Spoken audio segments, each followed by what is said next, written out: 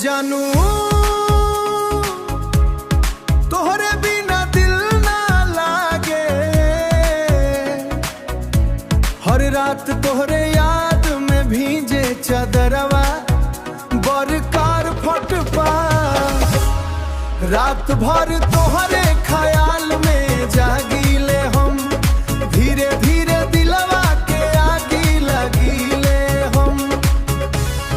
तोहरा नजरिया के जादुए सनम नींद उड़ा के पागल बनवले बा हम। हिठड़ाव रुडता तोहरे होठवा गुलाब जैसन लागे, छुए के दिल हर पल मांगे। जब तू हंसेला धीरे धीरे धड़कन हमारा जोर से भागे। यू चूसू कमरिया पे नजर टिक जाला, दिलवा बेकाबू हो जाला। तोहरा बिना ए जान मन सांस भी अधूरा लगेला।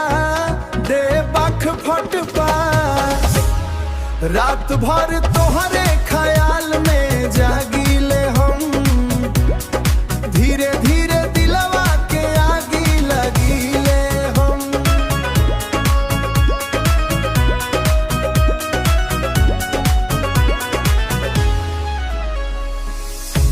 चांद भी सरमा जाला तोहरे आगे, रूप तो हर बिजली गिरावे। भींजल रात औड़ी ठंडी हवा, दिल में प्यार के तूफान उठावे संभलावे। आजा करीब तू धीरे धीरे, बात होके प्यार वाली रे। तोहरे बाहों में खो जाए के मनवा रोज पुकारे रे। ठिठड़ाव रुडका ओ जानू तोहरे बिना ई दिल अधूरा बा।